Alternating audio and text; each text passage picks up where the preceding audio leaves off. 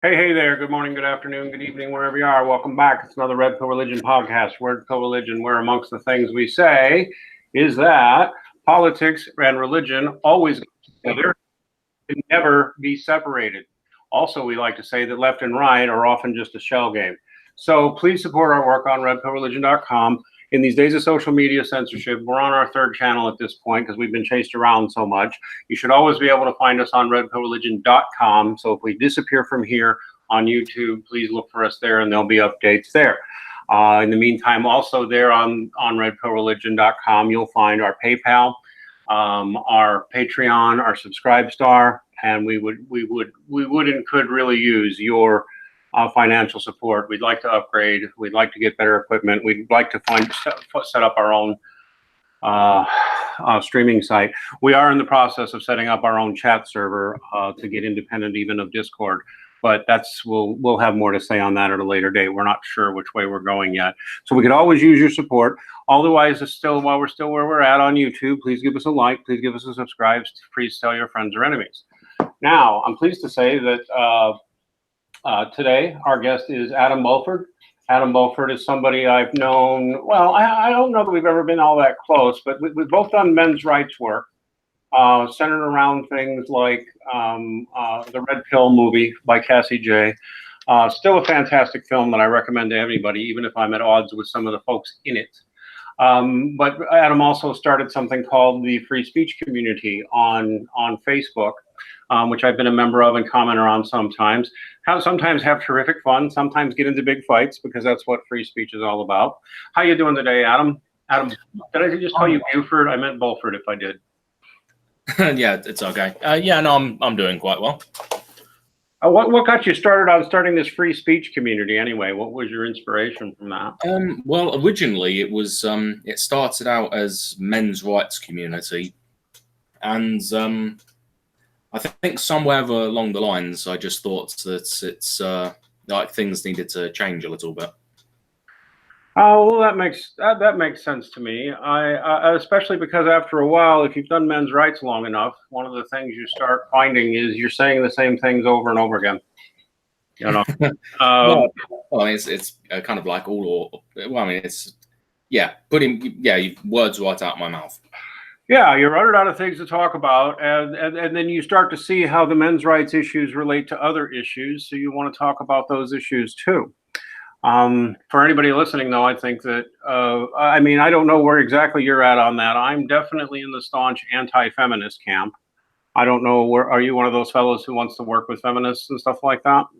Well, for the International Men's Day conference, what was it, 2017, I think, I wore a T-shirt that said "Feminism is cancer" on it. But I don't think I'd really classify myself as an anti-feminist anymore. I'd say I'm probably more just anti-stupid. I can see that. I can see that. From my perspective, always, and this is just the truth, I see feminism as a secular religion, one that's opposed to mine. I see a lot of secular religions, and one of the reasons. I've got at odds with a number of people in the men's rights community was what I perceive and continue to perceive as a virulent, dogmatic, very religious, militant atheism, and a lot of ridiculous cliches and terrible behavior coming out of atheists, self-identified atheists, in what I contend is very obviously a religious cult group that pretend it's not one, because they use the same tactics as feminists, they use the same reasoning, they have the same victim narrative, they have the same sort of fake statistics and fake history and distortions, and they have the same tactics of smearing their opponents, lying about them. I've been lied about by a number of atheists, what I would call identitarian atheists, lied about me outright, called me a fundamentalist, which I'm clearly not, claimed that I had tried to convert everybody to my religion, which is a total lie and has never happened to anyone ever. Claimed I wanted to turn the men's rights movement into a religious movement. That was a lie. I just wanted people to stop slagging off on religious men and start bringing religious men into the conversation. And none of that would occur. Instead, I got smeared and lied about. And I don't hold you responsible for that. But you know, we know how it happened. People within my old men's rights circle wanted complete control of that movie and the publicity around it, and wanted to get rid of everybody, not just me. But they got rid of everybody who was in the least bit religious. And when I called them on that, they just called me a lunatic and a moron and started spreading lies about me, in AKA the classic feminist technique. And you know, that did inspire me to start a project to start criticizing atheists and the atheist movement. And that, of course, ruffled a lot of feathers. But you know, the question I have for anybody whose feathers are ruffled is, well, why are they above criticism? Why are they above the same sort of behavior they give towards others? Why are they not subject to being criticized like they criticize religion and religious people? Because I genuinely believe the godless should be as much subject to criticism as the godly, if you will, and the irreligious or the non-religious or the anti-religious should be subjected to the same standards too. Yeah. And well, I mean, it's like it's like the whole kind of a lot of people. I mean, I think what was it? It was a quote, but I think it was Churchill. He said something like, "Most people's idea of free speech is that they should be allowed to say whatever they want, but if anybody else says anything back, that's an abomination." It's you know, a lot of people, they go around, they like to think they're immune from criticism, and it's like, you know what?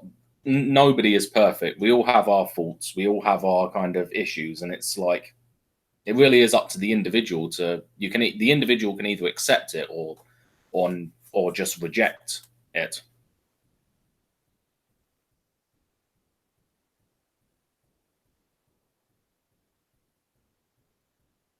Oh, you've muted yourself. oh crud! I'm sorry. I didn't even realize I'd done that. I usually use the button. Obviously, not thinking well. Yeah, I tend to agree. Obviously, there is. You do have to talk about what the limits of free speech are, and they can get blurry. But I, frankly, you know, free speech has been dying faster and faster and faster before my eyes in ways I didn't even think was possible 10 years ago.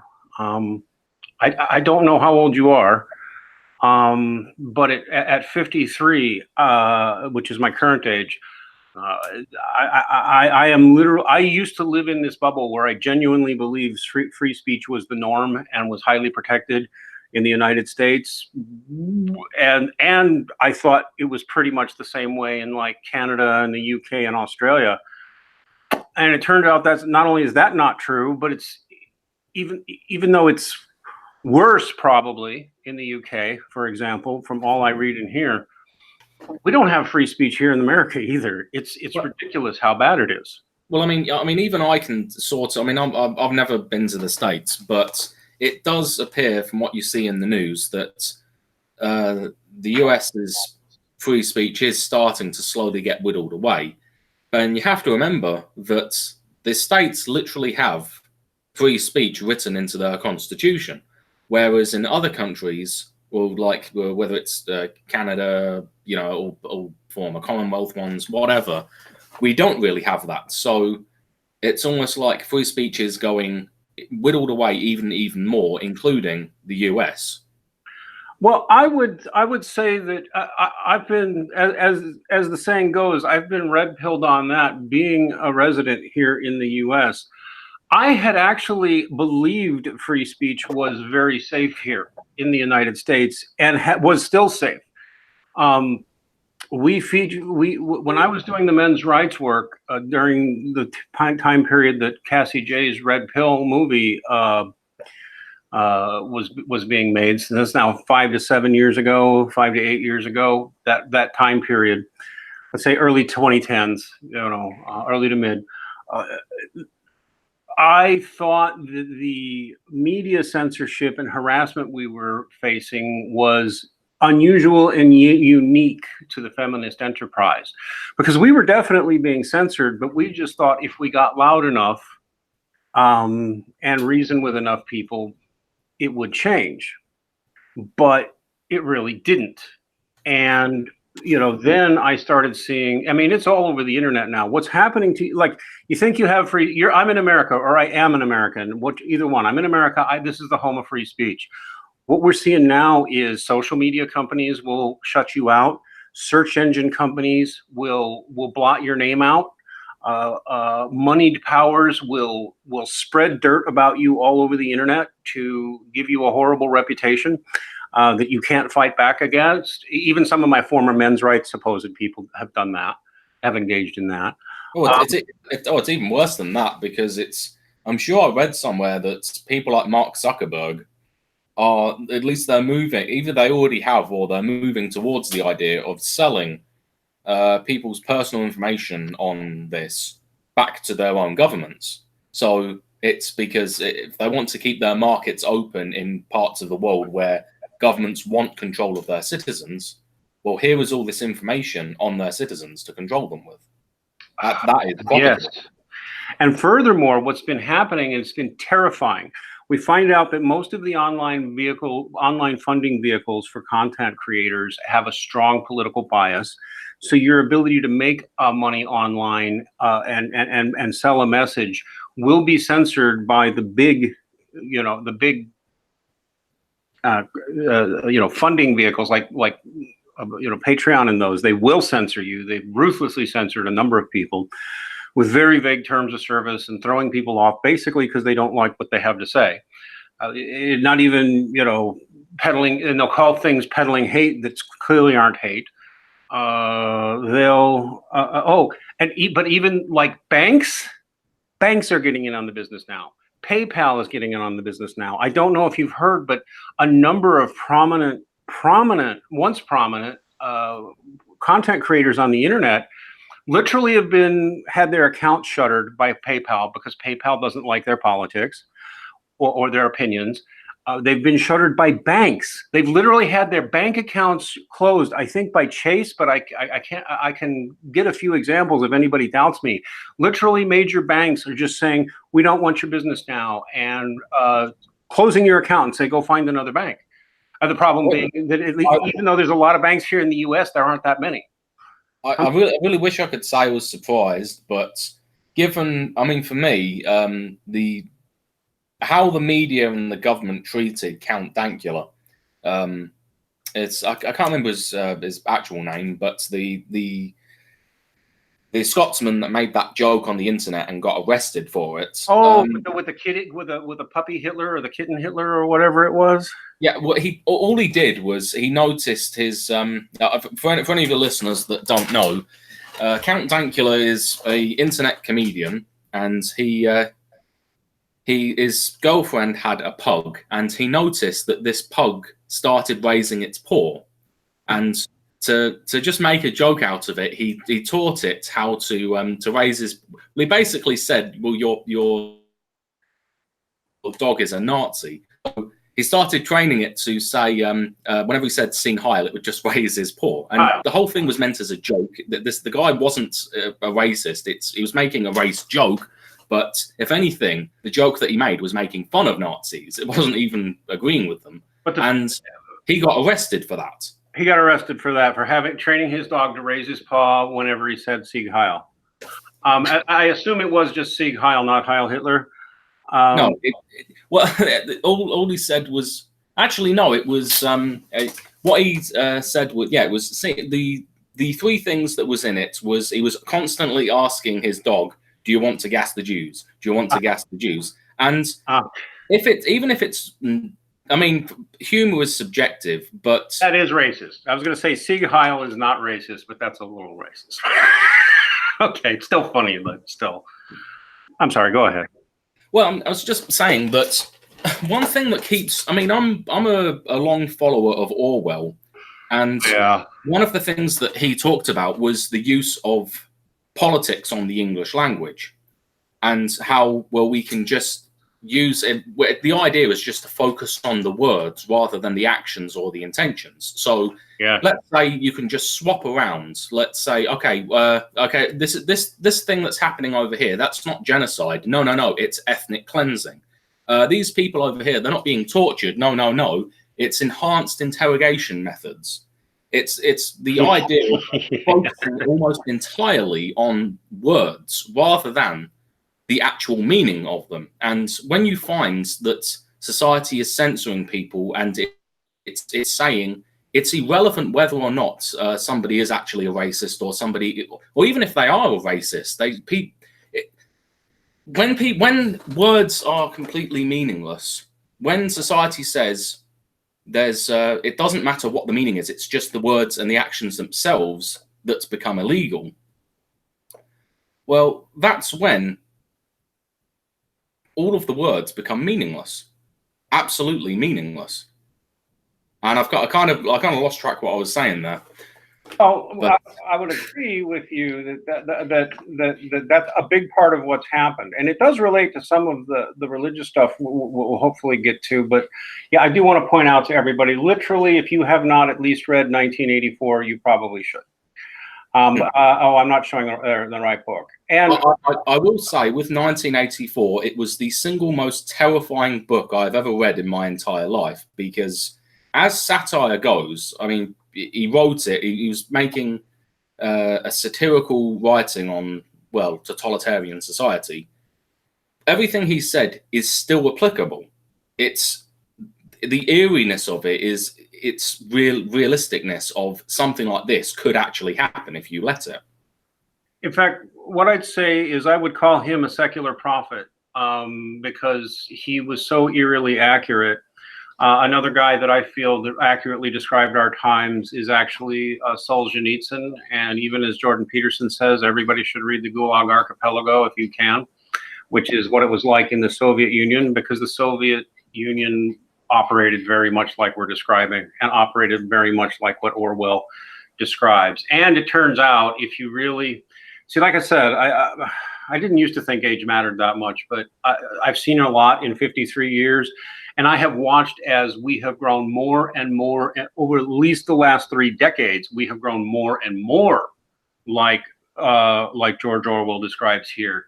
Terrifying is the right word, because you're sitting there, you just said it could happen. And I'm like, my contention would be, brother, it's been happening and is happening, and it's getting worse every year. Although, did you hear recently the government in this country? The government recently, it basically made certain categories of pornography illegal. Certain categories of pornography illegal, and I'm just the instant thing that popped into my head when I heard that is so what are we going to call this this new thing? Are we going to call it like George Orwell did and call it sex crime? Well, why not?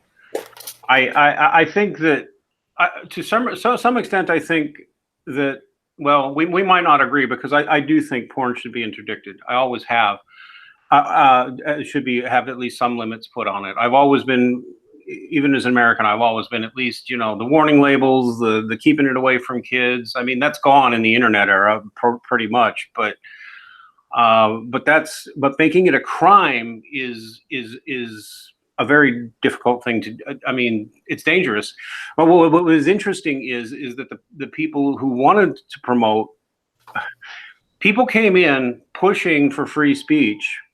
This is how I see it. People came in pushing for free speech who really just wanted to be in charge. And as soon as they were in charge, they became the anti-free speech people. And those who really believed in free speech as a cause were used by them, because they never meant it. I think the history of what's called the free speech movement probably vindicates that, because there's a lot of people who advocate for free speech because their point of view is right now being suppressed. And then once they come into power, immediately they want to impose free speech limits again. Well, I mean, that's one of the problems. As with many things in society, you're dealing with human nature, and just because, I mean, one of the best pieces of advice that I ever got given was never make the same mistake, or never make the mistake in assuming somebody else thinks exactly the same way you do. Just because somebody is saying the same things as you doesn't necessarily mean they mean or desire the exact same things. That's right. Or even that those words mean to them the same thing you assume they mean. I've had that one a few times too, because some people, especially sociopathic people with an agenda, they'll say things in a way that make you that let you believe they're on your side, but they're not. They'll say it in a vague and ambiguous way. For example, I saw a couple of Marxists I know of. They're rich ones too. They run around doing activism work on the internet. I won't name them, but I've noticed them. They'll go into groups. They're obviously Marxist, and they're actually very much anti-gun. Now, I don't know where you're at on that. We have a word for those kind of people in this country. We call them champagne socialists.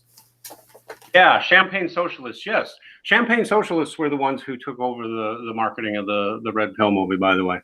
That's exactly who they were. But in any case, I forgot what I was saying about that. Yeah, they'll do things like, whatever you are on the gun issue. I know Americans seem crazy about their guns to Brits, but we have strong advocates for gun rights. And then you'll have these people come in and pretend to be one of us. Because I am a gun right advocate at this moment, because I fear my government and the corporate powers. But they'll come in and they'll say things like, there'll be a story on how in California, I think, they're starting to implement a policy where they encourage children to turn in their parents' guns, or turn in their parents for having guns.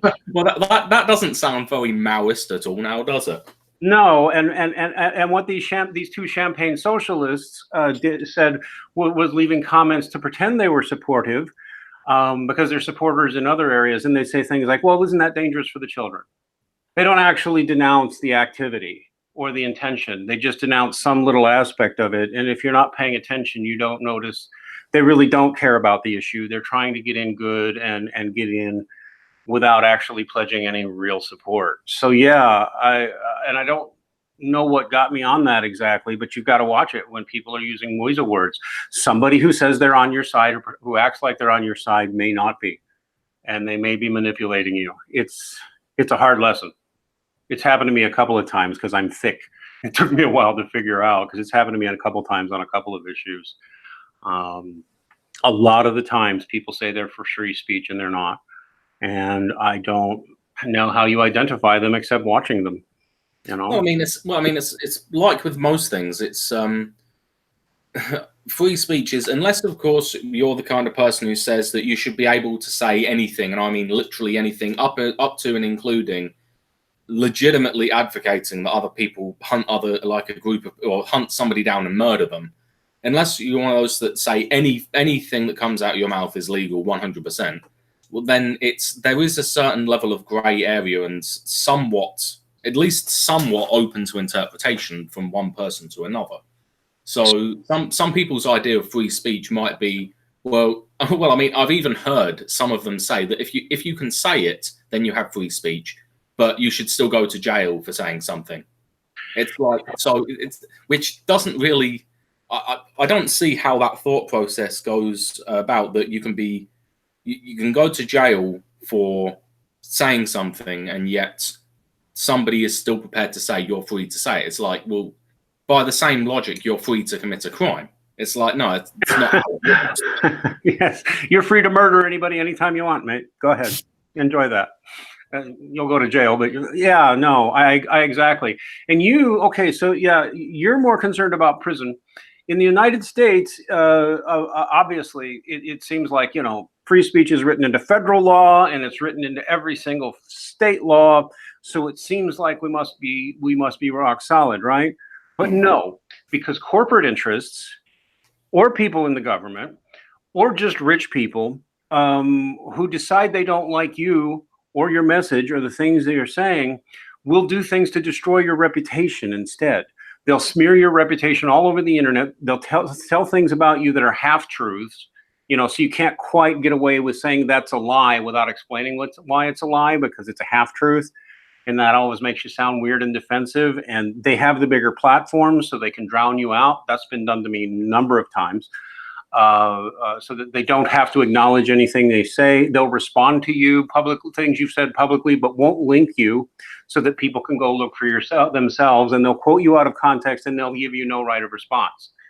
And what we found, and this is really important. I know we got to get to the atheist issue soon, but this is really important. What we've found is that while you're free to say something, they're free to say whatever they want about you, even if it's not true. And unless you've got the money to sue and can prove damages, you can do nothing. And they can shut you out of PayPal. They can shut you out of your bank. They can make it impossible for you to get a job. And if they really hate you, they may just stick the authorities on you for some petty crime that they can blow up just to harass you. There's activists, including my brother, and others all over the United States, and things that thought free speech was free and thought they were within the law, and then wound up arrested on some petty trumped up BS, that people don't normally even get arrested for. So the point is, you think we have these protections, and Americans think they have these protections too. But then as soon as you walk into the wrong area, like you take on feminism, although that one's changing, or you take on the drug companies, or you take on CIA, FBI, you take on other moneyed interests and organized groups, and they will do everything they can to destroy you personally without, you may not get arrested. That does happen. That's not the most common. The more common is you're ruined. You're ruined financially, you're ruined reputationally, and you'll be lucky if you can get any kind of job above, a very low level, maybe pushing a broom or wearing a name tag behind a counter somewhere, because that's all you can do. It's just happened. It was astonishing. There's this guy named Owen Benjamin. I really like him. A lot of people don't, but that's okay. He's an American. And he, from an American perspective, is someone I would call only very moderate, conservative, and mildly religious, but not in any way in your face about it. And what happened to him is that, here, I'll just show one of these visions. You'll look for it. PayPal deletes my account in midstream. Literally, he was on one of his daily, hourly streams. He runs streams anywhere from an hour to 3 hours. He's really big too. He's got hundreds of thousands of subscribers. He used to have a lot more, but YouTube did things to reduce his subscriber count. YouTube then, after a while, completely demonetized him, even though he had a big audience. But then they had brought in the super chats feature. I don't know if you've heard about super chats on YouTube, but that's where, okay, we're not going to monetize you, but you can accept super chats, which means you can be in a YouTube stream like we are here right now, and you got a chat stream going, but then somebody can spend $2 or $5 or $100 or $500 or whatever they want to say. I want to send a super chat.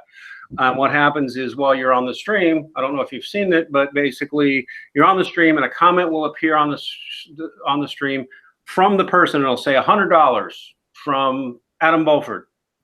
And then Adam says, "You are a big stinky stupid head," or "Will you please go out with me?" Whatever it is you said, you sent a super chat. You paid to have that comment highlighted and read.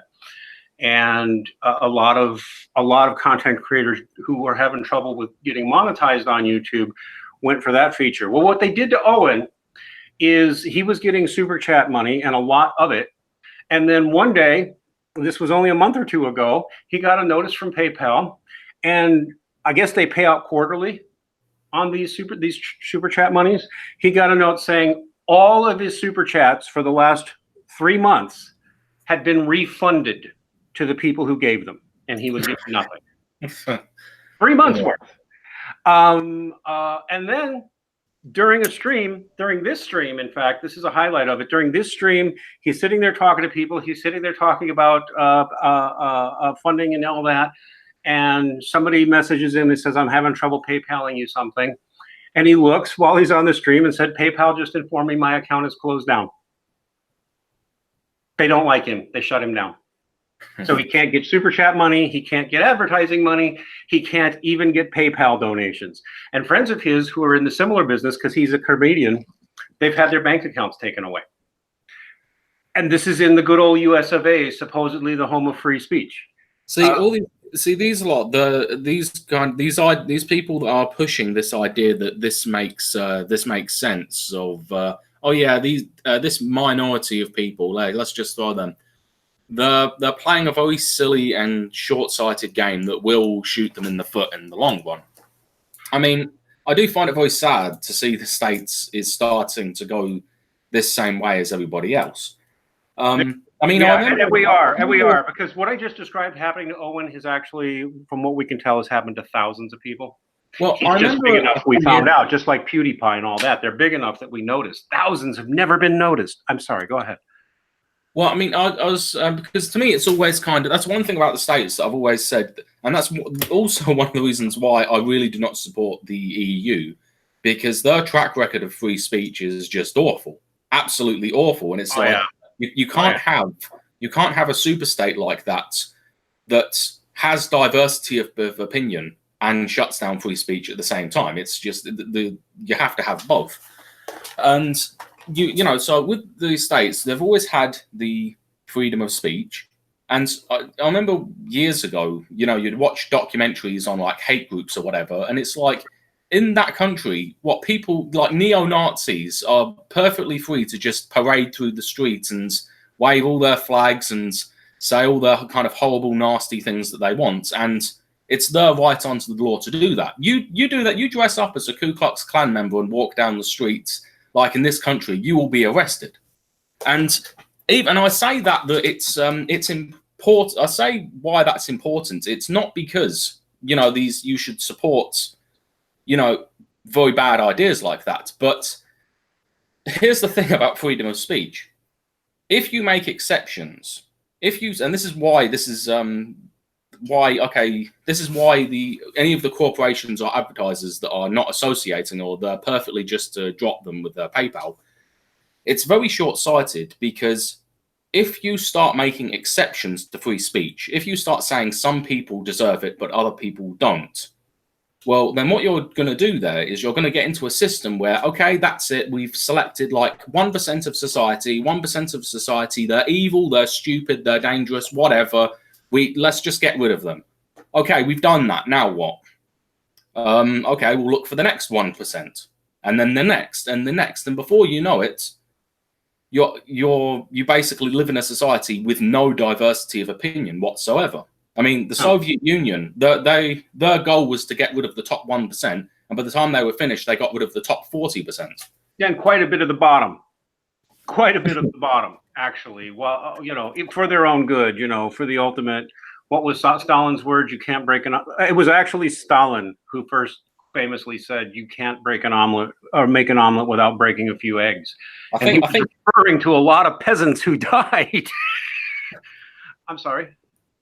I think my favorite. I mean, I'm paraphrasing, but one quote that he made was what people who are unhappy unhappiness is a disease. So anybody who's complaining about these appalling conditions, it's not the fact that the conditions are wrong and need reforming. It's the people complaining themselves is the issue. Well, I'm not quite sure I followed you there. The people complaining about what? Well, one of Stalin's quotes, I don't remember it exactly, but it was something along the lines of unhappiness is a disease. Oh, right. So anybody that came along and cried about it, openly said, brought up any issues whatsoever, the issue wasn't the issues they were bringing up themselves, but rather the fact that they were complaining about them in the first place. Yes. That's where it inevitably goes, because anytime somebody has a scheme to make the world a better place, there's a real good chance that there's a flaw in their scheme.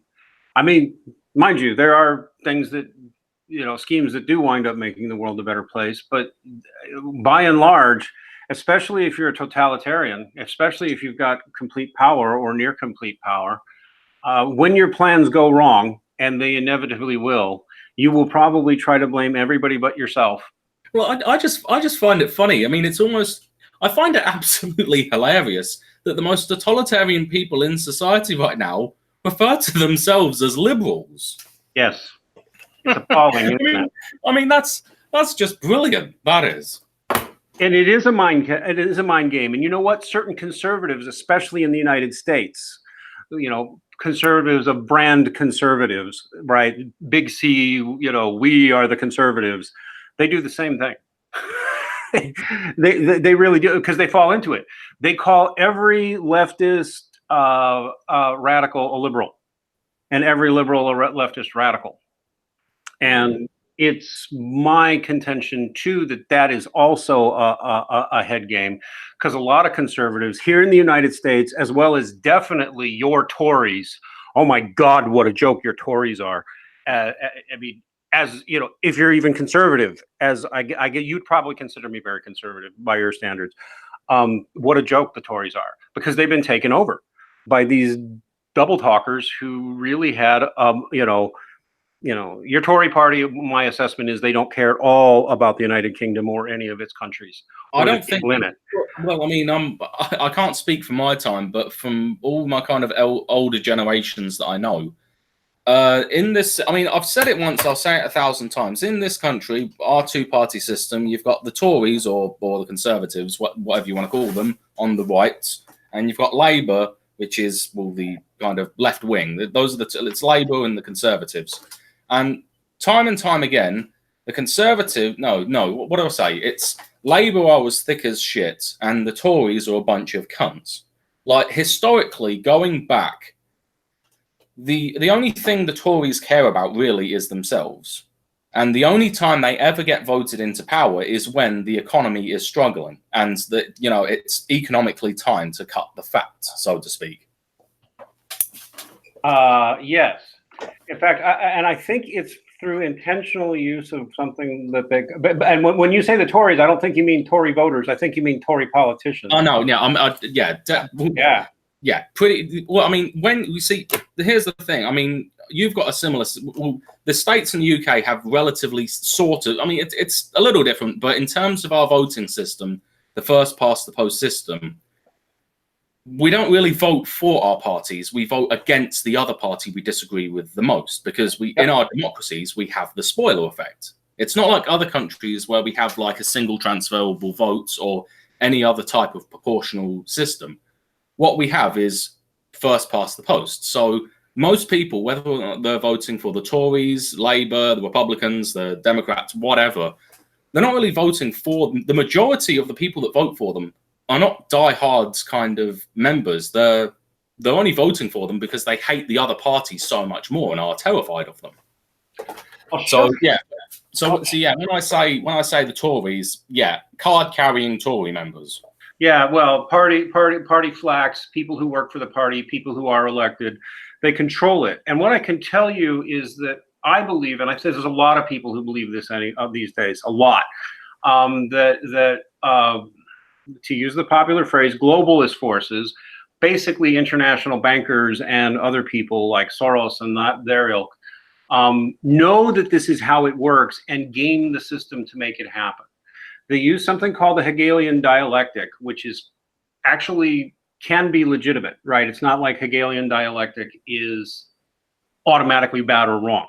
But if you can control both sides of the dialectic of the conversation, you can bring about almost any long-term objective if you want. If you control both the left party and the right party, you can do this constantly, because what you do is you create some kind of crisis or a perceived problem, and then you create, because you're a rich guy and you can do this, right? You're part of a bunch of rich people who can do this. Say, we want to get it so that, let's say abortion on demand through the day of birth is completely legal.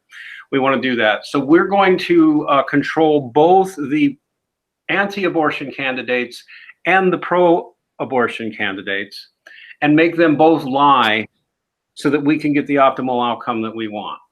And this happens all the time. And I picked a random issue. Pick your issue: abortion, medical services. Pick the issue. All they do is create a crisis, and then because they own the Tories and the Labour people enough, they control both sides of the argument, and other opinions are simply laid aside. Well, I mean, there was a study not that long ago, where they actually measured like the US kind of election or policy makers, and they actually found out that, well, the rich basically are the real ones that control the policy. It's for the most part, if the super rich, the ones that can afford their kind of have their own countries. Yeah, no, the ones that can afford to send out their what's the word for the people that they send to their politician for like underhand deals and whatnot? I'm not sure. We used to have a rude word here called Chinaman, but that would probably be called racist now. Yeah, no, I know exactly. Yeah, some kind of stooge, basically. Yeah. I'm trying to think. It's a campaigner or lobbyist. A lobbyist. That's it. Yeah, the super rich that can afford their quote lobbyists and all that can get to the representatives and the policymakers and the bureaucrats, all of that. But those kind of people, that super rich class, if they don't care about an issue, well, then they just let the public vote and let that process go on and let the politicians do whatever the hell they want. But if they have a chip in this, whether it's agreeing with a policy or disagreeing with a policy, they get on paper, they don't get a say more than anybody else. But in practice, the super rich get the say on any issue they desire. And they often get to control both sides of the narrative so that it eventually goes in a direction they want. Well, especially when you consider that, I mean, when you're in a proportional system, you have the spoiler effect. So under that system, if let's say, I mean, using one of your examples, let's say there's, I don't know if there's any third parties, but we have a few, but they're not much. Yeah, well, let's just pick. Okay, let's just say the super rich want the left wing party to do something, and the right wing party to do something, but the left wing party isn't on ball. Well, then to ensure that they don't get in, all they have to do is give a bunch of money to one of the smaller left wing parties, so they get a better result in the election time. And oh no, you end up getting a right-wing majority election government because those smaller parties stole a significant number of votes from the larger left-wing party. Yes, so, and they can take care. They can do that to act as a spoiler effect. What they can also do is start buying politicians. Okay. And I know this happens in the United States, and I'd be shocked if it doesn't happen in the UK. Maybe not, but how, here's what they'll actually do. They'll identify somebody who looks like he's got talent, fairly reasonably young, right? Somebody who it looks like he's got talent. He's got charisma. He's like got an instant likability factor. He's glib. He's persuasive. He's got the look and he's got the potential that could be developed.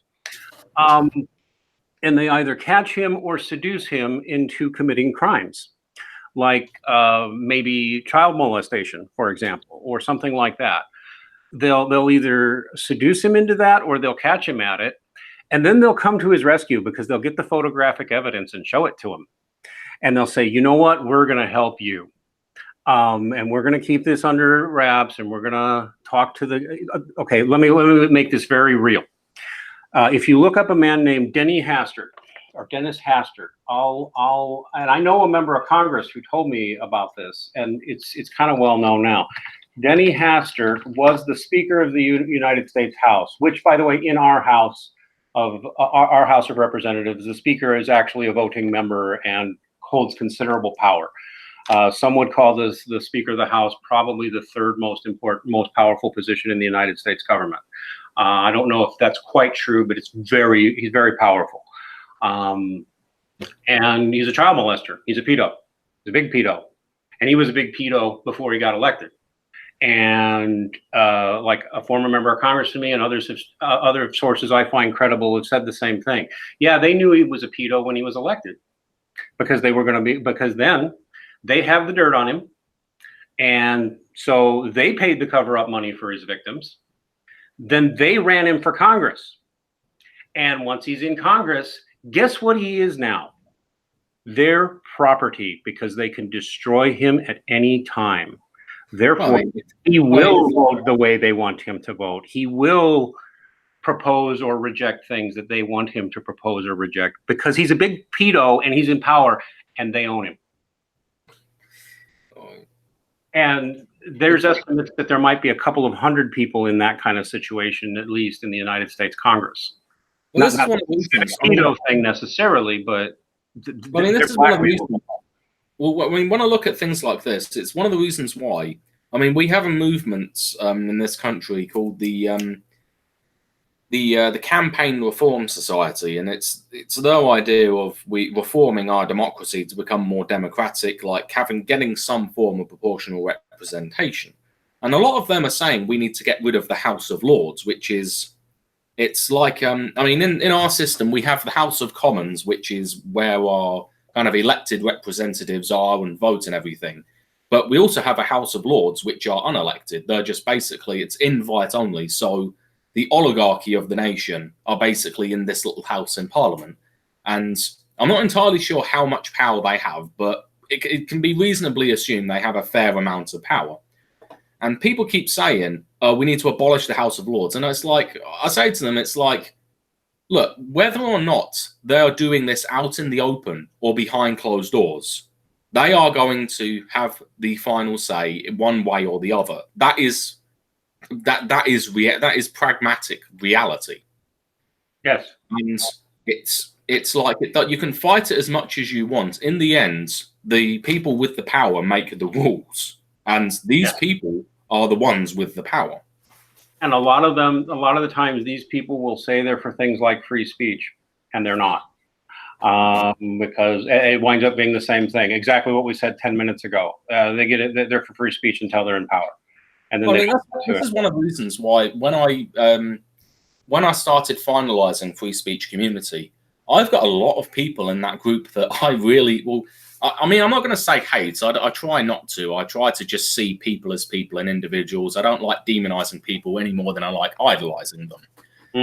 But there is a fair number in there that I don't get along with. And a number of people have said, look, just kick them out. Okay, they're disruptive. They're not there to engage. They're just there to troll and be nasty and whatnot.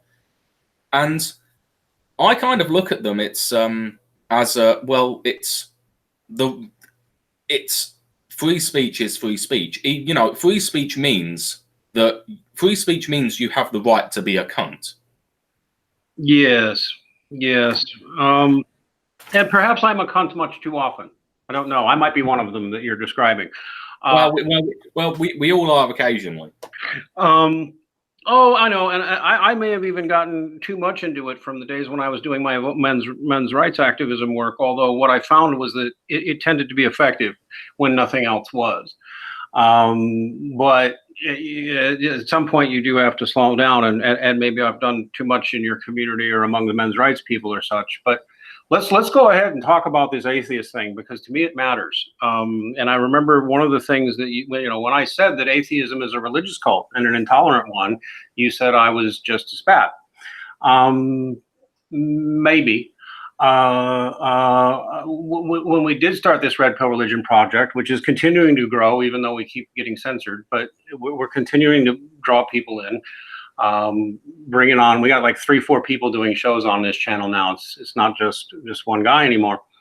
And it was all about, well, look, there's this movement, whether anybody wants to acknowledge that it's a movement or not, calling itself the atheist movement.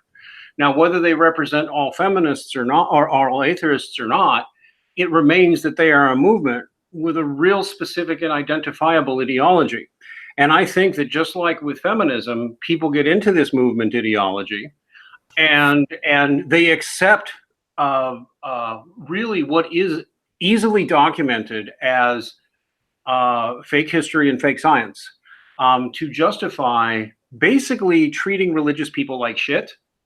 And at some point, I think most of them are going to, I think a lot of them are going to find that I'm not the only one now engaged in pushback against that, because religious men are men too and have rights too. And we don't have to take it. We really don't, not even as Christians. We don't have to take being mistreated. We really don't. And when we're told that we're stupid, we're told that we have no evidence for our beliefs, even though we have lots of evidence. when we're told we're the cause of all the problems in society, and that historically everything bad happened because of us, and that it's child abuse to educate our children about things that we believe are true. That is totalitarian in nature. That is thought control in nature. I want to get religion out of politics. Well, you can't. Or I want to be free from religion. Well, you can't be unless you're going to get rid of all the religious people. We're not going away ever. And there's even this whole narrative that nobody's religious anymore, or religion is dying, and that is a myth. In fact, it's a myth in the UK, and I can prove it to you if you want me to. UK is in the middle of a religious revival right now. The press doesn't talk about it because guess what? The globalist mainstream press hates Christianity. And you can believe me or not, but the goal has been for a few decades now to expunge Christianity from the public square all throughout Europe, rather effectively in many cases, but it's been getting pushed back. And I contend that it happened because these same globalist elements, these same political elements, funded and continue to fund this same atheist movement that I'm talking about, which truly is. I used to be a member, mate. It's a cult that you join with talking points and wrote scripts and wrote ways of thinking that are easy to fall into through use of vague language and presuppositional language.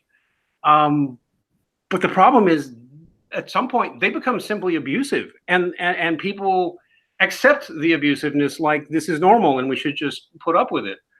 And what I find is that when you turn and talk about this, they go ballistic.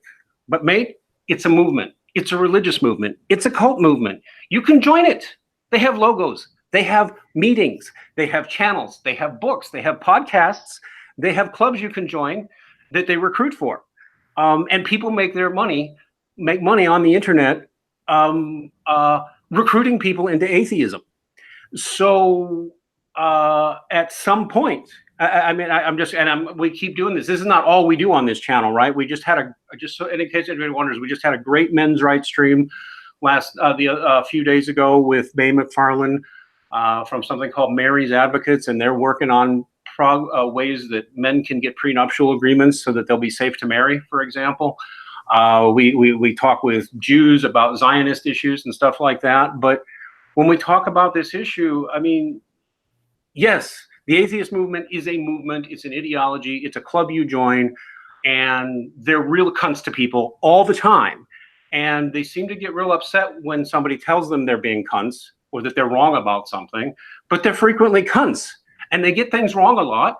And when you try to correct them, they just get nasty with you like a feminist does. And so, that's what I'm all about on that. And I can document this for anybody who wants me to. You don't have to become a Christian or even come to be sure there's a God to just look and say, this is a militant group, an ideological group, an identitarian tribal group with badges and slogans and meetings and materials, educational materials. They're a cult religious movement. And if you got caught up in it, you joined a cult, whether you did or not. I did. So I'm not even accepting myself from this or laughing. It's a cult religious movement. And I think that once you start talking about it, people can see that. So I don't know. Am I just going too far there, or what do you think I'm saying? I get a lot of. As you were saying all that, it kind of made me think. Because I'm an agnostic. I take this, so I don't see a whole. There are differences, but I don't see a whole lot of differences that much between theists and atheists. But while you were talking, I had kind of almost an epiphany in a way that. Because I take more of a kind of a step back approach. I try to step back a bit further and try to see this. And I see these kind of issues as more kind of tribalistic issues. It's almost like we were saying with the whole kind of free speech thing. There's a lot of people that claim to like free speech, but they're only arguing about it because it's not free speech for society they care about, but rather it's less to do with society and more about themselves. And I think that there is a fair number of people in society that it's almost like everybody needs a group that they can beat down on. You know, they can point to and say, this is the enemy, this is that. And I kind of get the feeling, because atheism, I mean, I don't have the numbers, but at least from my perspective, it would appear that it's more kind of prevalent in society presently than theism. Whereas in the past, it was, you know, the atheists were the minority. And I don't know, I kind of see it as this is more of a people don't like to look in the mirror and say, well, maybe I'm doing something wrong or I'm not being a very nice person. It's just easier just to tell yourself, no, that minority or that people over there, it's okay to tread on them. And it's like, no, I don't think it's very, it's not a very honest way of conducting. Well, Yeah. now, let me make this point. If you've ever rocked this badge, you joined a tribe that identified itself by its atheism. You did. You totally, if you're rocking this badge now, you're in a cult movement. If you're rocking this badge now, the spaghetti monster, you joined a cult movement that gave you this. And whether you paid membership dues or not, you still joined the cult movement. Many do pay membership dues, even if you don't. It actually came as a shock to me when I was an atheist to realize it was possible to build a cult religion out of atheism. But they've done it. And that was actually what made me think maybe something's wrong with atheism. And I eventually, you know, had a change of heart, and I'm no longer one. But, and that was the other thing happened too. I discovered, and other friends of mine who've made the same journey discovered the same thing. Their old atheist friends suddenly treat them like shit because they changed their mind. So yeah, but again, and when you say, I don't disagree. I mean, it's like there is a lot of, well, theist bashers out there, the people that just label them as the problem and the enemy and demonize them. It's like, it's not right. But at the same time, theists are not immune from that kind of orthodoxy mentality. Well, of course not. Well, although what I would say is that, you know, the solution of that is usually dialogue, not constant debate. And I know when I started, I wanted a dialogue, and I just got mocked and shit on, and even lied about when I was still just trying to be nice and start a dialogue. It was awful. Is all I'm going to say, because I was trying to be nice and just got mistreated and mistreated and mistreated. And you know what? I think it does matter. Because can I ask you something? If somebody walked up to you, punched you in the face, and said, "Give me my wallet," do you think that talking to that person in that individual at that moment would actually do much good? No, not at all. See, that's how I kind of see it. It's like, I try not to, I mean, we all do it, but I try our absolute best to not see people as groups, but rather see them as individuals. And I see them, right, this person is in front of me now, are they open to conversation? Do they even want a conversation in this, or are they just wanting a fight? Because if they're just wanting a fight, well, you can't engage with them. But if they do want a conversation, then you can do that. So it's kind of like, because otherwise, if you don't, it's the same principle as you can take a horse to water, but you can't make it drink. Well, you know, you're absolutely right there. You're absolutely right there. And probably, maybe I'm a cunt too often, or I don't know. I was mobbed, seriously, and mobbed for a long time too, trying to drive me off of social media by atheists who simply didn't like me. And then when I started punching back, well, I got more notice. And then I got other, and not just Christians either, but people of a number of other religions, witches, Jews, Muslims. By the way, I'm sorry, but I do get along with some Muslims. I don't think the Muslims are the biggest problem. I think other things are the biggest problem, and that the Muslims are being brought into your country to make the mischief by more sinister forces than them. But I mean, really, I've got all kinds of people like, we've had enough. Atheists are bullies, and we need to push back at them. The ones who actually say, all right, you've got a point and want to talk, we get along great with. And we brought a number of them on the show that are like, yeah, no, I agree, these hateful people, that needs to stop. You know, mocking people, that needs to stop, that sort of thing. But there's this movement that people identify with, and they're completely intolerant and completely closed-minded. And what I would say is they say things that aren't true, and then when you try to correct them, they laugh at you and mock you some more. And I'm like, hey, you've just said something about me and mine that isn't true. And they mock you instead, mock you to your face even. And it's like, okay, enough. This is toxic. And I'm going to assert that it is ideological. For you or for the audience or anybody listening, I will mention this book, which if you don't believe that you can use atheism as a political weapon and turn atheism into an ideology to hurt people, which is what's happened with the atheist movement that I used to be a member of. Look at this book called Storming the Heavens by a historian named Daniel Paris. I mean, I don't know how easy it is to find in the UK. You can get it from Amazon here. You even may have to buy it used because it's not in print anymore, but there's no reason for it not to be in print because it's a very good book. Stalin, the very same Stalin we're talking about, wanted to wipe out religion in the USSR. Solzhenitsyn and others have written about this too. Jordan Peterson's even talked about this. Stalin wanted to get rid of religion in the USSR. And he said religion was the cause of all our problems. Religion was backwards and superstitious. Religion was against science. Religion was irrational. Religion was delusional. And religion was the cause of all our problems. And before he was done, he had killed between 10 and 11 million Russian Orthodox Christians, and actually quite a few Orthodox Jews. And the reason was that they were religious. It was ideological atheism used as the justification for genocide. I meet people who are in the atheist. And I'm going to be interviewing these guys pretty soon too. There's a movie that they're trying to get funding for called Martyred in the USSR, which is entirely about the actions of the Soviet League of Militant Atheists. That's what they called themselves. League of Militant Atheists, League of Militant Godless, depends on how you want to translate it. And they would literally torture people. Here's a picture of a Baptist whose tongue they cut out because he wouldn't stop praying. That was the reason they did it. You read about things like it happened in Romania under the Patesti experience, and people will say, well, no, that's just because they were communists. That's just because they were socialists. And I'm, no, you liar.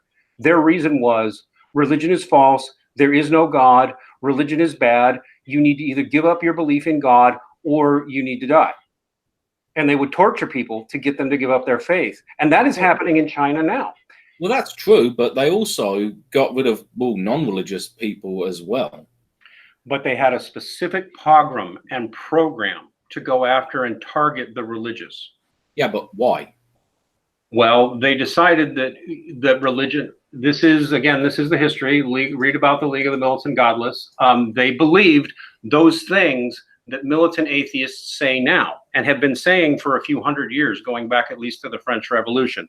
Religion is the cause of all our problems. So religion becomes the scapegoat for the dictator. When we just get rid of the religious people, all the problems will be gone. Well, it's the same thing. It's the same thing with all kinds of genocides. There's always, the key is there has to be a scapegoat.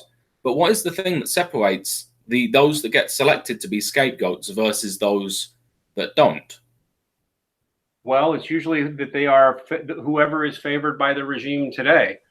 Although if you look at the history of Stalin or any of these guys, Hitler was the same way, and Mao was the same way, Pol Pot was the same way.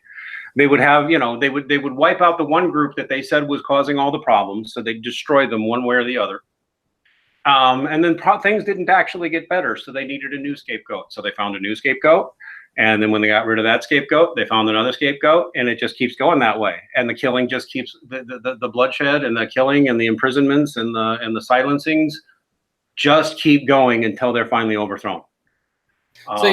See, it's the whole notion that when a society decides that, well, there's not a, because a lot of people like to think that when a society selects a member or like a minority of its population, right, you need to go. A lot of people like to think it has to do with resources and whatnot, and it's like, I don't think it's not as much resources, but rather security. Like, people trade freedom for security every day. It's like we have a police force, but we're trading some of our freedom for that. Like if we see some blue lights flashing behind us, we don't have the freedom to just keep on driving. Now, when a society is so absolutely, it's like it's not doing well, like you don't know when the next meal is coming, you're in a very harsh climate, any number of factors that people instantly go into survival mode. One thing that destabilizes a society is unconformity. So one of the things that society trades for their freedom and to get that security that they want is to get conformity. The scapegoat in all of these instances are always the people that are the least conformist in the entire group.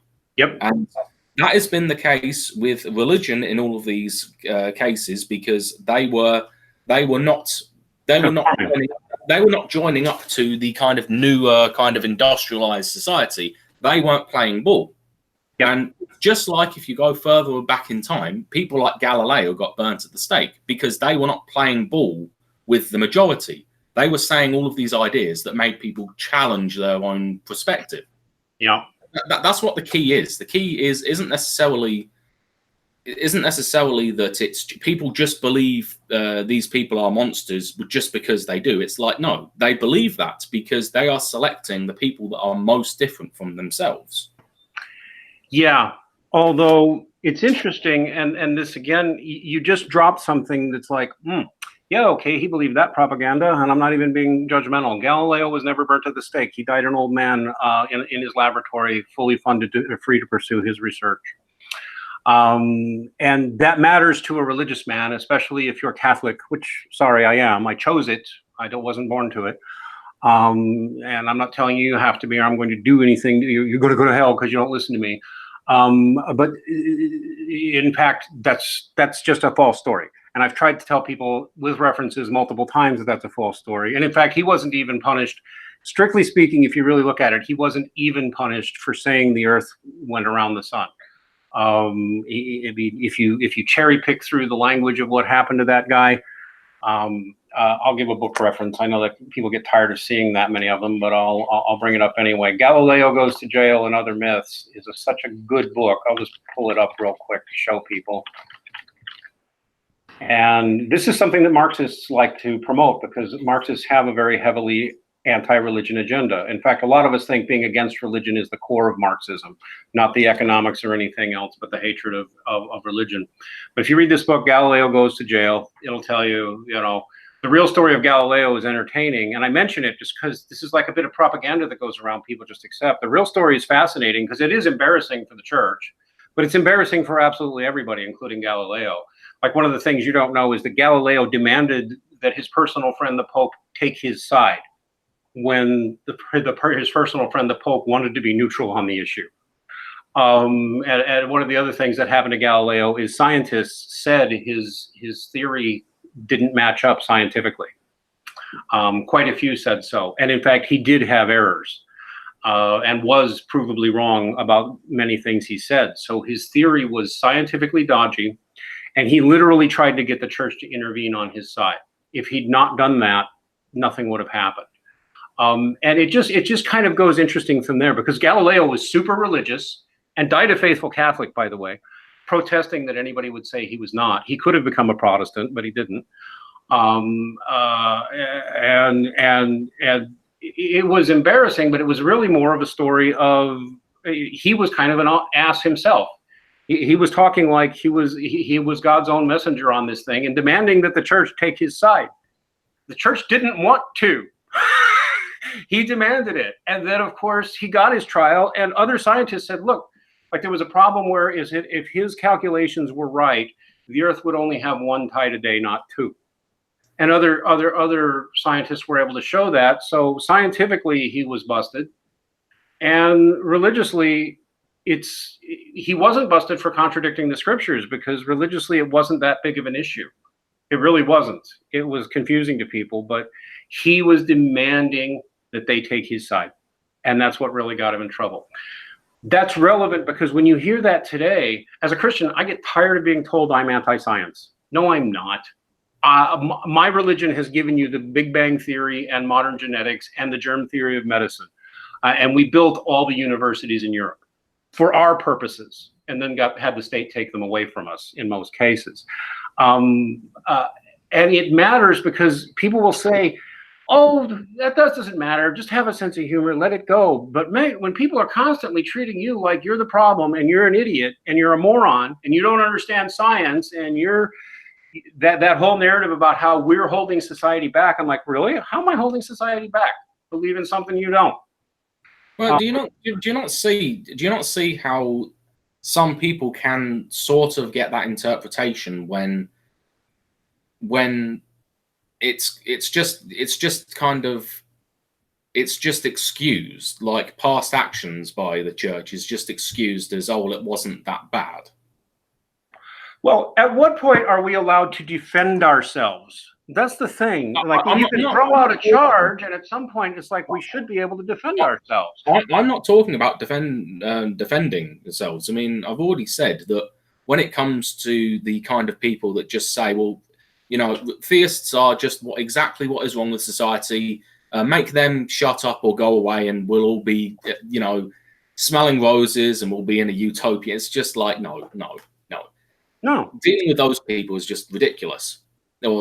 But at the same time, what I'm talking about is that because, you know, heretics were burnt at the stake. Yeah. And it's just like, do you not see that it's to get that to respond defensively to that and say, oh, it wasn't that bad, or it was only a tiny minority. Those people over there, they're worse, not us. Well, do you not see how sometimes it's more helpful to just legitimize the legitimate kind of points rather than just excuse them? I don't know. At this point, I mean, I used to accept that, but here's the thing. When you see, do you accept that there's such a thing as historical grievance mongering? What is that?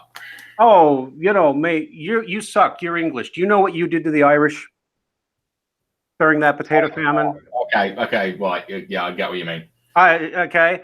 And I would have to say that no, giving an accurate or a fair defense, and also it is really important when you blame religion for something, but you leave everybody else out of the question who've engaged something similar. That's a problem. Like, really, who are you to judge? Well, I mean, I can sit here and tell you, for example, that the state burnt people at the stake for political reasons far more often than the church ever did. And it was usually state policy to burn heretics at the stake, not church policy. I mean, but that should just show the complexity of the issue. To continually act as if, well, religion causes slavery. Religion causes burning at the stake. Wait, hang on a second. Yeah. The communists were killing people under the state, from the state government. Yeah. Right. It's like, what is the difference there? Well, are you saying, well, I'm not quite sure what you mean. The historical truth would not be that people were routinely executed for having the wrong opinions. That would be a false statement about the history of religion in Europe. It would even be false to say that heresy was automatically punished by execution or punishment. It really wasn't. Quite a few people we would call heretics or would have called heretics were left alone as long as they weren't creating trouble. So in other words, what you mean was they were left alone as long as they weren't causing trouble, i.e. they were ostracized. Well, I don't know. Ostracized by who? Society is a big place. Well, ostracized by the majority. Could be. Like in the same way, today you're seeing theists be ostracized. Well, yeah, that's okay. At what level, if somebody's being obnoxious and hateful and you think they're constantly lying, do you have to keep associating with them? Well, you don't. Right. If you think somebody's... I mean, look at it this way. Somebody's being a dick to you. What exactly do you owe them? Nothing. So why do you care what they think? Well, I don't until they're being a dick to me, or until it's interfering with my rights or my ability to go about my business or my ability to build communities and raise my family with values that I believe in. Because that's where the other pushback on anything like this comes, religious or not. At what point do people have a right to say, look, we've built the community the way we like it. We don't want you disrupting it. Why don't you leave if you just can't stand it here? I mean, that's a fair look. I mean, really, I mean, I could pick any number of people with ideologies you can't stand that you wouldn't want to live near. Well, no, I definitely not. And see, that's what I'm saying. I'm talking about the individual, because right. It's like there's. What do you do when if a group of people, identifies an individual and say, look, we think you're a liar. You're saying things that are wrong, that are not true. You're disrupting. You're causing people to want to avoid you. I mean, I'm not quite getting where this goes, because it's like people do have a right to say, look, you're wrong, get out. People, I fundamentally believe everybody has the right to defend themselves, but I always see the goal is to try to, I mean, conflict is going to happen. It's inevitable. There's always going to be conflict, and there's always going to be arguments you have with people where neither one side or even both sides doesn't care what the truth is. They just care about smashing the other person to bits. Yeah. Ultimately, the ideal goal that you want to reach, you want to reach a point at least, which it's always going to be a minority of any group that you're talking of. Generally, I mean, some groups there's higher percentages than others, but you're always talking of a minority of a specific group that are prepared to sit down and engage and discuss issues. Ideally, you want to engage as many of those people as possible, and the best way you can do that is to legitimize any area where they're at. Yeah, I do. I am a big favor of actually having conversations and actually having dialogue, because I do think that's what fixes most issues like that. And if somebody's just being unreasonable. But I mean, do you know what the word heresy literally means? The word heresy literally, I mean, to get right down to it, it means you are a liar who knows you're lying, or who has no excuse not to know you're lying. So, I mean, it's a big charge. And you could apply that word even in completely non-religious contexts. In fact, I would argue people do. They don't call it heresy, but that's what they're doing. When you accuse somebody of heresy, you are specifically laying out a charge of you are lying, and you either know you're lying, or you're so deluded you can't even see that you're lying, but it needs to stop. That's what a charge of heresy is. Now, how you should punish somebody for that is another discussion, but I mean, that's all it is. And when and let me get back to one of your earlier points. Is like when you defend what has happened in the past, it's not out of line to do that. And I think it's not out of line too to say, well, who are you to judge? Why do you think you would have been better in that circumstance? Why do you think you would have been the better person? Why are you even the moral arbiter to say it was right or wrong? Except this is how you feel. And it's fine however you feel, but you're not the moral arbiter either. So it's like, well, I'm going to sit in judgment of what some churchmen did 400 years ago because I'm morally better than them, or because I'm morally better than anybody who's part of their tradition now. I mean, you look at any group of people, they have bad history. Well, the way I see it is you can't really have it both ways. If you're going to look at people, if you're going to play the game of tribalism, and it's like our people versus your people, you people are attacking my people, but then you're going to say, well, these people in my group, I'm not with them. They're not really part of my group. And that was a long time ago, man. You know, get with the times, bro. It's kind of like, no matter what group, whether it's atheists, theists, whatever, when you have the tribalistic mentality, you can either take responsibility for people in your group, or you can see them as individuals, but you can't selectively choose. Oh, or what happened to this whole thing? Oh, yes. We did things wrong. You did things wrong. How can we make things better in the future? I think that's the better goal.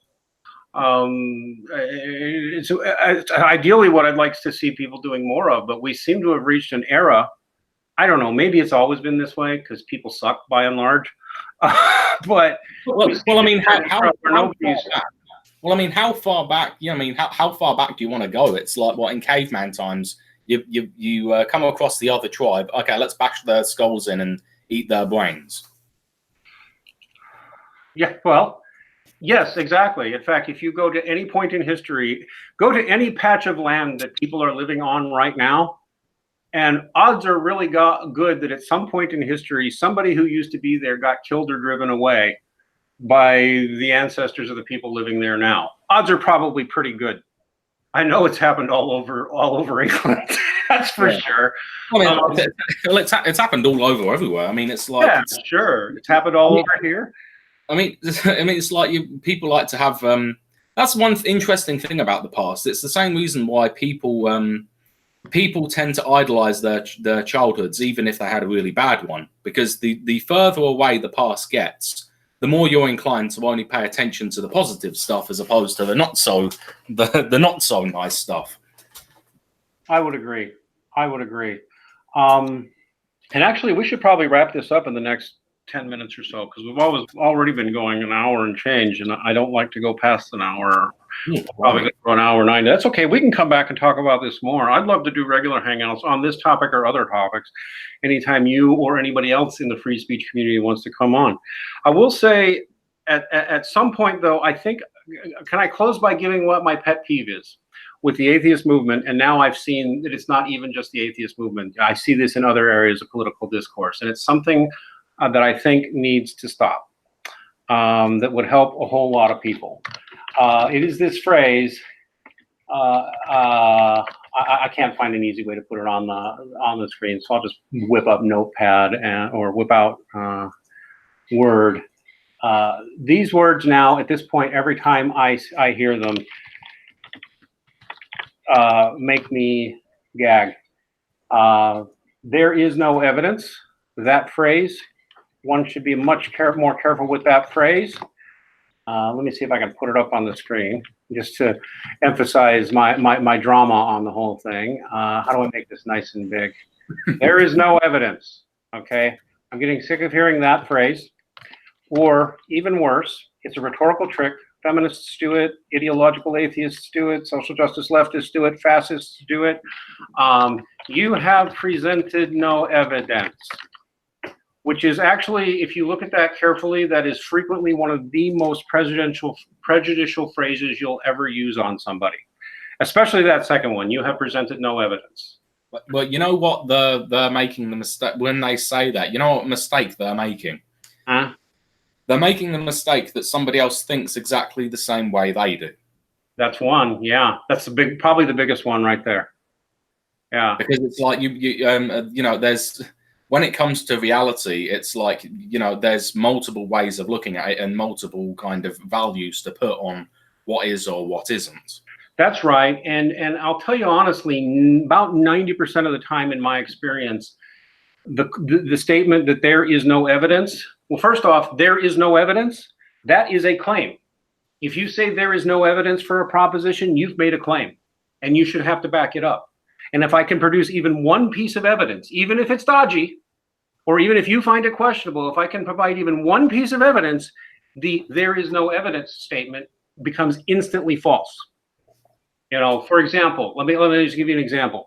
And I won't even hold you this, but I'll give you this example. Do you believe that Lee Harvey Oswald, acting alone, shot and killed President Kennedy?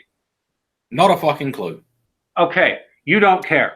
That's fine. Well, no. I think it's important, but I genuinely don't know. I wasn't there. Yeah. Okay, and that's actually a sane and honest response. What I can tell you is there is evidence that one lone gunman killed the president of the United States in 1963, Lee Harvey Oswald. There is evidence that happened. There is also evidence that quite a few more people were involved, and there's evidence of there's quite a few other alternative theories possibly being true. There's evidence that mafia people did it, were involved. There's evidence that CIA was involved. There was evidence that George Bush and Lyndon Johnson were involved. There's evidence that, if you want it, that Lee Harvey Oswald did this all by himself on his own initiative, and that none of those people were involved. There's evidence for every one of those propositions. And so if somebody come up to, no, regardless of what my opinion is, and by the way, I'm pretty sure members of our government killed our president. That's my opinion. The members of our own government killed President Kennedy. That's what I think. One thing I do know about that. Well, let me just make the point. I could be wrong. There's evidence that what I'm saying is true, but I can still be wrong. But there's evidence that I'm right. Go ahead. What were you going to say? Well, I was just going to say the one thing I do know about that is just not that long before. I mean, I don't even know if it's entirely true, but I heard that not long before he was assassinated, he was trying to do something he was trying to make some kind of reform on the Federal Reserve. Yep, he was trying to reform the Federal Reserve, and it looked like he wanted to pull us out of Vietnam when it was still early and was a very small thing by comparison with what it came to. And a lot of us who think he was killed by our people within our own government think that those are the reasons. Now, I can't prove that, but there's a lot of evidence for it. But as you said, we'll never know. There's evidence for all kinds of theories on that. I will make a prediction, and you can just see. I would think that before you die, as a young man, you'll probably know the truth, and I bet I'm right. But you know what? There's evidence that I'm wrong, so we don't know. And that ability to say we don't know is important, because it does become a tribal thing. Like, I do think our own government killed Kennedy. There are people who've dedicated their lives to that proposition and want to fight anybody who doubts it. And it's like, well, no. People are allowed to look at the evidence and draw their own conclusions. Well, right? At the end of the tribe Oswald acted alone. The tribe Mafia did it. Tribe Lyndon Johnson did it. They all become tribes and they want to fight over it. I'm sorry. Oh yeah, no. I was just going to say. Well, at the end of the day, people are just going to believe what they want to believe. That's what I find. And when people will even claim they use science and rationality, but I find that people who say they use science and rationality, A, you can rationalize anything, and B, I notice they always dismiss any science they don't like. So, and if I were to put it, what I think is the worst prejudicial phrase, because I've had people do this to me constantly in multiple conversations, almost always an ideologue of some stripe, say, they'll ask you a question or you'll make a point, and they won't like your question, or they won't like something that's in your question, or they won't like something in the opinion you've just given or the answer you've just given. And without even asking for evidence, they will use the presidential phrase, "You have presented no evidence for that." I'm like, well, mate, you didn't ask me for any. You asked me for my opinion. Like, I just find discuss the evidence, or don't you? But they'll preempt the conversation, but say you have presented no evidence. Like you've committed a crime here, and you're trying to fool everybody. You've said something crazy that you've given no evidence for, and it's like, wait a minute, we haven't even started discussing evidence yet. I'm sorry.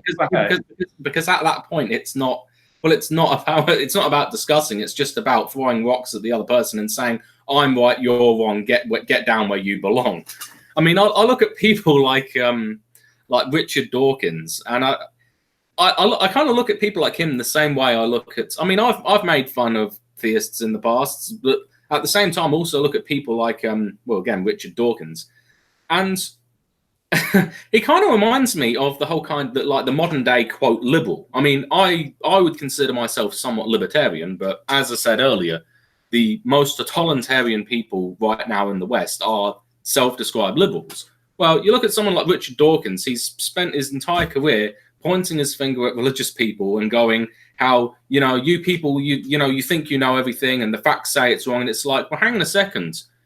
The way you are behaving right now is just as bigoted and dogmatic as, well, the people you're claiming to disparage. It's like, well, what the hell makes Richard Dawkins any better? Yeah, and I know this isn't about him, but I'll even point out people will even think somebody's an expert in one area, so he's an expert in evolutionary biology. That makes him an expert everywhere else. No, it doesn't. People will run to scientists for answers that they're completely unqualified to give. Richard Dawkins is an idiot on religion. He really is. And if there's a Dawkins fan listening, come on and I'll explain it to you. I can even tell you that Richard Dawkins is no great shakes as a scientist. His selfish gene theory, which his whole reputation rests on popularity, the selfish gene theory and the selfish gene book, I will prove this to anybody who wants to, has been debunked repeatedly by contemporary evolutionary biologists. I'm not talking about intelligent design people. I'm not talking about anything else. I'm talking about working scientists, evolutionary biologists, geneticists will all tell you that selfish gene was completely debunked well over a decade ago. It's a garbage theory that does not describe reality in any meaningful way. It's not even science. It's just junk. Yet his reputation is this great world thinker. And he's a prop, dude. He was part of the Four Horsemen. I'm telling you straight up, were funded by bankers, by global interests, who wanted to expunge Christianity from the public square, because that's their real enemy. Although they go after Muslims now too. Well, what are corporations? Corporations are excessively interested in profits and making money. Yep. That's one of the reasons why they help countries such as the US invade other countries so they can start putting in their own Rothschilds kind of state bank. And it's the same reason why they don't like insulated little kind of groups. They like they like to just connect people into the they just want everybody interconnected and basically to become parts no more different than a piston rod. Yes, and the irony is that they'll say that the religious people are closed-minded, intolerant, dogmatic, that we're also supposedly brainwashed and being controlled. That's another common trope about us religious men, and I am a religious man, and I will die one. I pray and read the Bible every day with my son. I suspect he will never be an atheist. We are actually the ones who think independently. We're actually the ones who look at the state and say, no, you're wrong. What you're doing there is wrong. What you're saying there is wrong. We're not going to go along with this. And they don't like that. And the Chinese government is especially good at that. They've murdered millions. The Chinese government has murdered millions of Buddhists. They've murdered millions of Muslims. They've millions of Christians. And they've murdered millions of a religion called Falun Gong. All because they view every religion as a threat. The Chinese government views every religion as a threat. If the Chinese government decided, okay, let's become more libertarian, let's start enforcing some more kind of good old democratic values. It's like China would split apart within days. It would. It really would. And we've gone pretty far afield. So tell you what, I hope we can get you back. Yeah. We can have more conversation. And I'm going to put an opening to anybody in the men's rights community or anybody in the free speech community in Adam's group or anybody else. Anybody wants to come talk to me about these issues, including giving me shit and telling me I'm wrong. Come on board the stream. I think we need more conversations like this because, Adam, you're definitely right. The number one fix is to have conversations. Maybe by the end of the conversation, you decide, well, we just can't do business with each other. We just will never see things the same way. You can still maybe part as well, hopefully, if not friends, then not exactly enemies, or you've at least agreed, all right, we're going to avoid each other. But that's what the goal of the liberal value of free speech is, so that people will have the conversation rather than just shutting people up and mocking them for what they think. So I think that's fair. Is that a good note to close on? There's one thing I want. Yeah, that's it. Well, exactly. I completely agree on that point. That, or to quote, let's see if I can pronounce his name right. It's Darnell Davis. He was, unless you know who he was a black man who was a blues player and he's a musician. He's toured around the States and he's been doing it for the last 20 years. And what he's been trying to do is make friends with Ku Klux Klan members. It's a brilliant plan. He makes friends with them, and He talks about the things they agree on, the things they disagree on, and he's made hundreds of them, well, just turn their back on it. And one quote that he's said that stuck with me, it's if two separate groups are talking, then they're not fighting. That's absolutely, absolutely true. If they're not, well, they could start screaming and throwing, but yes, as long as they're still talking, then they're not fighting. And even if they're yelling and getting heated, or possibly even if somebody throws a fist, if you still like, all right, but we're going to keep talking, that's the golden mean right there. So listen, this has been fun. Hey, everybody, do me a favor. Go to, if you're on Facebook at all, look for Adam Bulford's Free Speech Community. Go on in there. You're gonna find all kinds of different people in there. I actually enjoy it, and I enjoy the scrum. I enjoy going in there. Okay, let's fight. I admit it. It's come on, let's do it. Let's fight. But because that's the way people are acting.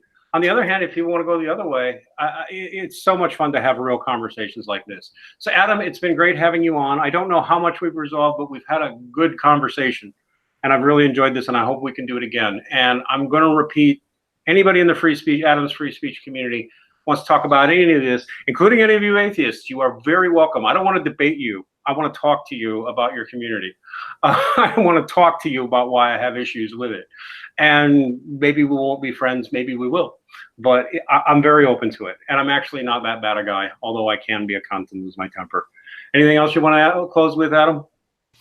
No, I think you've pretty much summed it up. Yeah, exactly that. All right.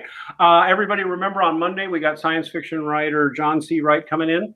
And we have debates planned. And for anybody in this community, the free speech community, you might want to come check out our channel, Red Pill Religion, on YouTube, because we have all kinds of interesting things. We just had an interview yesterday with Ewan Jones, an English sociologist who's been looking at a lot of issues that people don't like looking at in the press, including feminism, but also a bunch of other issues that affect like the working class and ordinary people and stuff like that. Ewan Jones is a real good guy. We got stuff up here every night, and we're here every day doing something. Sometimes we're having fun with atheists. Sometimes we're having good conversations with atheists. Sometimes we're talking about completely different things like Trump and globalism and banking and feminism and all those other things. So we're all here. We're all doing that. Please give us a like and subscribe here on YouTube. Find us on redpillreligion.com, and God bless everybody. Yeah.